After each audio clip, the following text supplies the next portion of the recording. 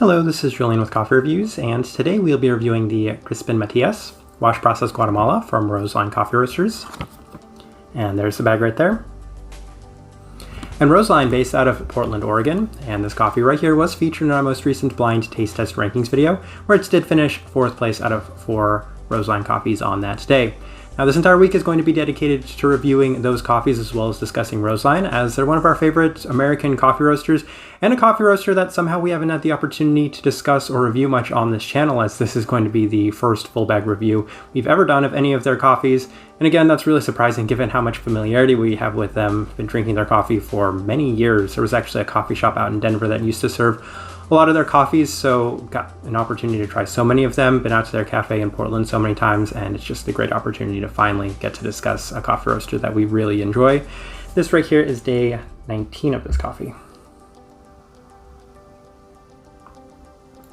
And recipe we settled on is a pretty standard recipe. It's our 16.67 to 1 water to coffee ratio at 205 degrees Fahrenheit, brewed through the Chemex with a medium grind.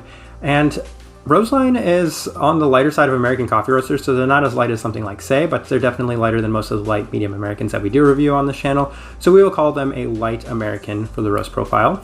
And let's start discussing this coffee.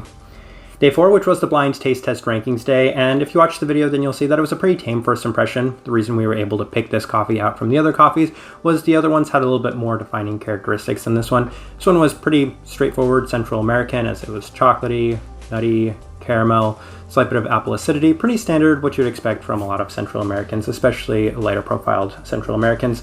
Just an okay first impression. We expected the coffee to significantly improve. And day 7, when we went back, much better second impression to this cup of coffee, as it was much sweeter. And the acidity was still a little high, so that's what we will say. We said in the last video that as long as the acidity and the sweetness are about equal footing, then we will enjoy the cup of coffee. So even with a slight bit of a higher acidity, having the sweetness be a little higher was pretty nice, and there was a just fair bit of overall sweetness in the cup. A lot of that chocolate that you were expecting from earlier was a little sweeter now. Day 9, we ran the coffee through the V60, and what we were getting more of was a pretty noticeable body, a heavier body, and of course a little bit more chocolate. So that's kind of to be expected with this brew method, as we were losing a lot of the vibrant acidity as well as a lot of the sugary sweetness that we had from the Chemex. So that's why we tended to like the Chemex a little bit more for this coffee as well. Day 13, up to the temperatures, and this definitely brought out a lot of the acidity, and this was probably the most acidic day we had experienced for this cup of coffee. So much stronger and livelier acidity, and it's diluted a lot of the sugary sweetness as well. So didn't enjoy it at the higher temperatures, but we know there are some people that really enjoy getting the acidity out of these lighter profiled cups of coffee. So higher temperatures would probably work for somebody that does enjoy the acidity a little more. Day 15, back to the standard recipe, and that was the standout day for this cup of coffee, as we were getting so much more sweetness. There was a pretty clear apple acidity, pretty clean cup of coffee as a whole. It's exceptionally well-rounded, and we can't emphasize that enough, because throughout the time kind of discussing this coffee, it hasn't necessarily sounded like we enjoyed it, but we've seen such great improvement from this cup of coffee and such a tremendous amount of this well-rounded overall cup that it made it really enjoyable. Slight caramel, fair bit of nuts, definitely a standout day for this coffee. All right, let's go ahead and put up the tasting wheel so you can see what we're getting. And I really like the way that this tasting wheel looks, because it is a, as we mentioned, really well-rounded cup of coffee. The only thing at a level 4 is the cleanliness, as this is a really clean cup of coffee, and drinking it today, the coffee continues to improve. So we have to say that probably letting it extend out a little further is day 20, 21, 22, maybe even further on, the coffee might improve as a whole. Finish, level 3, yes, it's got a very nice kind of smooth finish. It doesn't overpower you, but it just does finish at that kind of moderate finish. Sweetness level 3 and acidity level 3, they're about perfectly balanced. Great amount of sweetness for the acidity that's in this cup.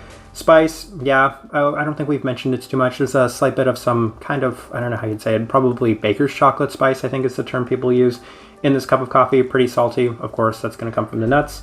Citrus fruit, yeah, the apple acidity, again, we most closely align that with the citrus. Chocolate, caramel, level 3, but body, level 2, that probably about a 2.5, probably pushing closer to a 3, definitely higher with a V60, probably even higher if you're brewing it through the automatic coffee maker. But for the most part, yeah, this is pretty well rounded. I really like the way that this tasting wheel looks just as a whole.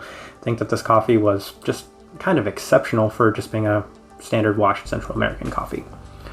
All right, overall thoughts and impressions of this coffee, hugely positive. So this one did finish 4th place on that day, but I would say it was probably our it was either second, third, or even first favorite coffee. I don't think it was our favorite coffee of those Roseline coffees, but it definitely improved the most from the first time we tried it, as what was kind of a tame, dull, maybe boring first impression, it's definitely created this really sweet and nice, well-rounded cup of coffee that really does emphasize the quality that a lot of lighter profiled Central American coffees can do. I love Guatemalan coffees, and even though I'm not the biggest fan of maybe chocolate nuts or apple, the fact that they can make me enjoy a cup of coffee like this is a huge positive for a coffee roaster like Roseline, so massive props to Roseline for this one. I think that this one was pretty good.